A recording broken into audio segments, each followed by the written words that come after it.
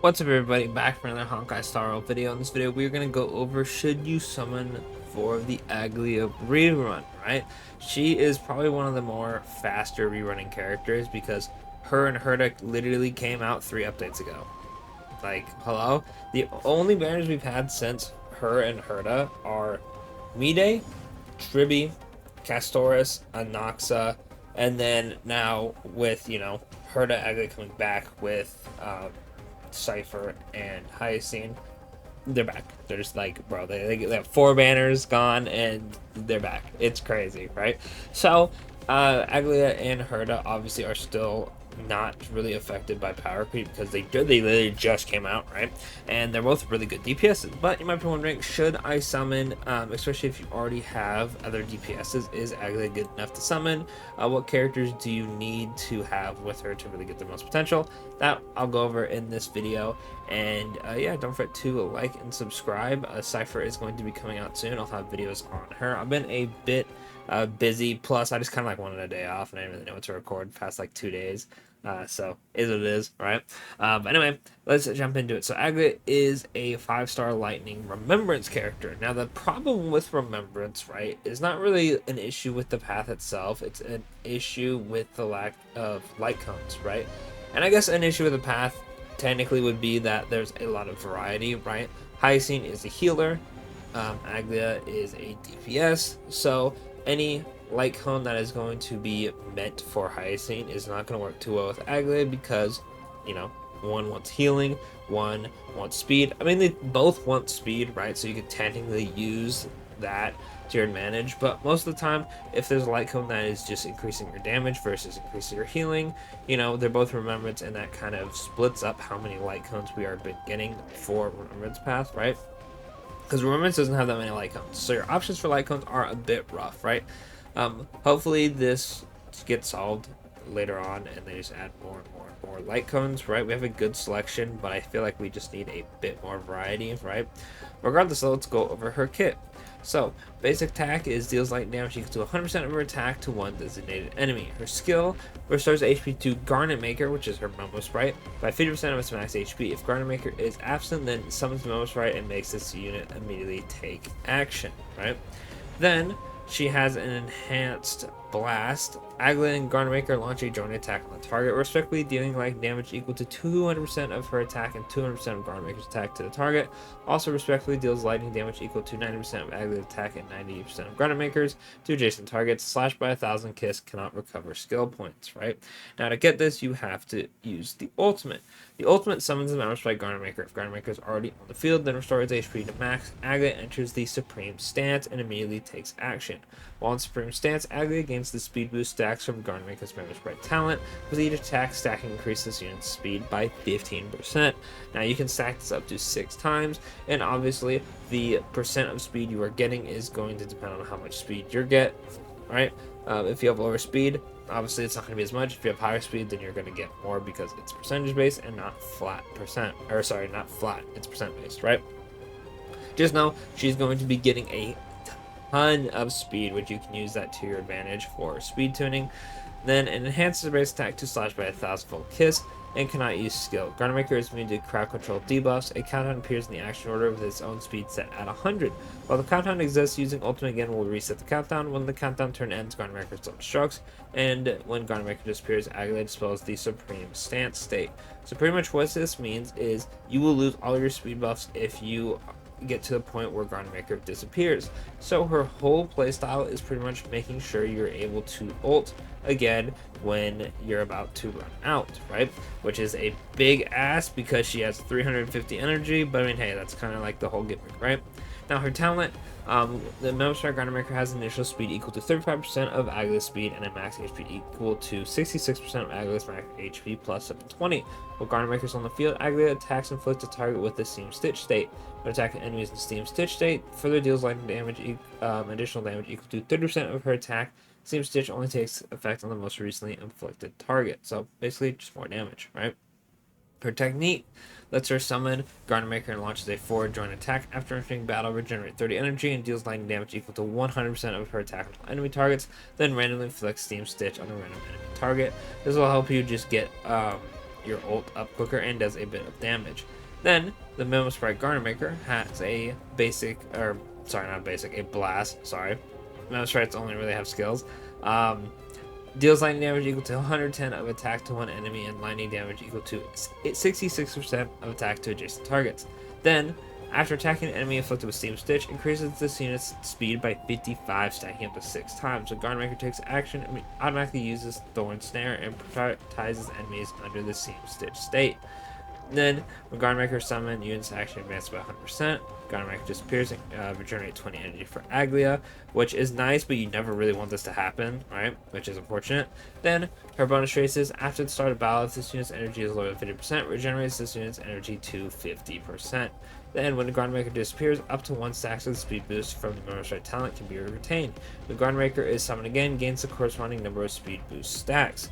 Then, while in the Supreme stance, increase Aglaea Garden Maker's attack by an amount equal to 720 of Aglaea's speed plus 360 of Garden Maker's speed. This is why you want to scale her with as much speed as possible. And of course, for some reason, they give her defense, such as 12.5% defense, 12% crit rate, and 22.4% lightning damage. This is good. The fact that they didn't give her speed is crazy, because it is a bit annoying, right? Now, I never recommend going for dupes, but since this is her rerun, you're probably considering potentially going for dupes. If you already have her, E1, the enemy inflicted with Steam Stitch takes 15% increased damage. After Aglaea Garden Maker attacks the target, additionally regenerates 20 energy. This will pretty much almost guaranteedly solve your energy issues, just because I have a E0S0 Aglaea, and I do run her with Sunday, and very, very rarely I'll end ult with like literally just like one more attack, right? So just having any energy at all will pretty much save you, and then you'll be good to go, right? At least from my experience, right? Obviously, if you have different build or less speed and whatnot, or different teams, you might not have as much energy. But for the teams I run, which is Sunday, Ho, and then sometimes I'll either do like Robin, Tribby, RMC, right? Very rarely I'll miss ult, but most of the time I'm good to go. Definitely helps if you get hit though as well, so do keep that in mind. E2, when Aglaea or Garden Maker takes action, enables the damage dealt by Aglaea and Garden Maker to ignore 14% of the target's defense. This effect stacks up to 3 times and lasts until any unit other than Aglaea or Garden Maker actively uses an ability. E4, the speed boost effect from Memo Sprite talent has a max stack limit increased by 1 after Aglaea uses an attack. Can also make Garden Maker gain the speed boost effective from the Memo Sprite talent. This is just more speed, which is good because she scales off of it. Then E6, while Aglaea is in Supreme Stance, increase her and Garden Maker's Lightning Res Pen by 20%. When Aglaea or Garden Maker's speed is greater than 160, 240, 320, the joint attack damage dealt by them is increased by 10, 30, or 60%, which is crazy to think 320 speed, but, you know, Aglaea is kind of her and can get that done. Now, in terms of what teams you'd want, she pretty much needs Sunday. If you don't have Sunday, running Aglaea is probably one of the most jank things you could ever do in this game. And that's just because, one, you get a action advance for her and the Memo Sprite, which will generate you a bunch of energy. It'll also give you energy on your ultimate, and Sunday also gives crit rate, which Aglaea also has a bit of crit rate, meaning you can get her to a very high amount of crit rate, which you want because she has a ton of attacks, so having high crit rate will be a lot easier than having low crit rate and high crit damage, because unlike some characters who have one big hit, so you only have to crit that one time, right? Having like a 50% crit chance, so you have half a chance to crit all like the 50 million hits she does, kind of rough, right? It's a damage loss, right? So Sunday was clearly made for this character. Sunday is very good universally, right? So I recommend having Sunday regardless. But if you have Sunday, Aglaea is probably the best partner for him and gets the most out of his buffs, right? Now, other characters to run are RMC for the action advance, just to get more hits in, plus true damage goes crazy. Getting Ho is extremely good for getting more energy, not only for Aglaea herself, but for Sunday to also get his ult, so you can get more energy. And it's pretty much any character who's giving energy to the team. Ting Yun can also be pretty helpful there as well. Even though her buffs aren't going to be too insane, right? Especially with how fast you really want Aglaea to be. Another thing to keep in mind is if you're using Sunday and you have like 160 or -1 speed, Aglaea gets so much speed that she'll probably overtake Sunday, so do keep that in mind with speed tuning, right? I believe I'm trying to remember this. I can't remember the speed off the top of my head. But you can make it to where she's fast enough. She gets 2 actions before Sunday does. Unfortunately, I have an insane amount of speed rolls in my pieces, and I still can't get her to that point. I think it's like 210 or something like that. Correct me if I'm wrong, right? I don't remember off the top of my head.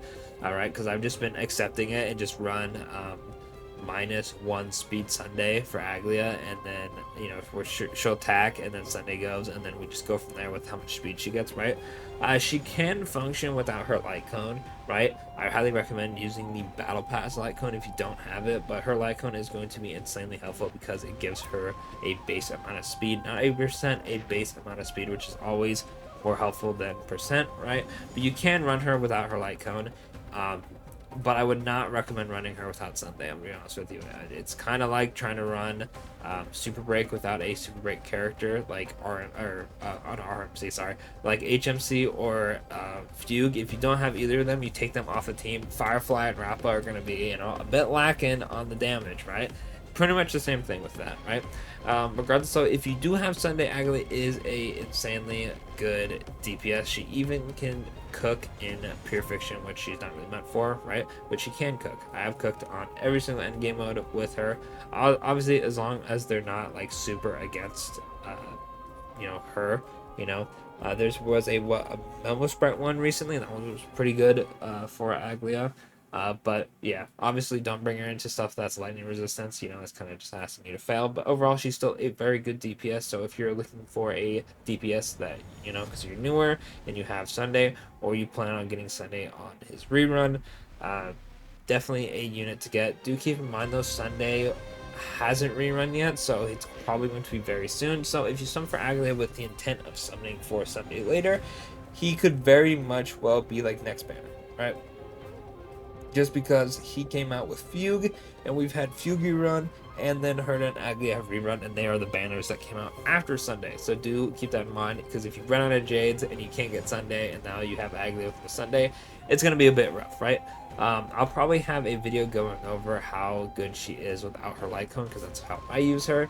So don't forget to subscribe for that. Let me know what you guys think of Aglaea. If you're going to summon, you're going to go for dupes, you're going for a light cone, you're skipping.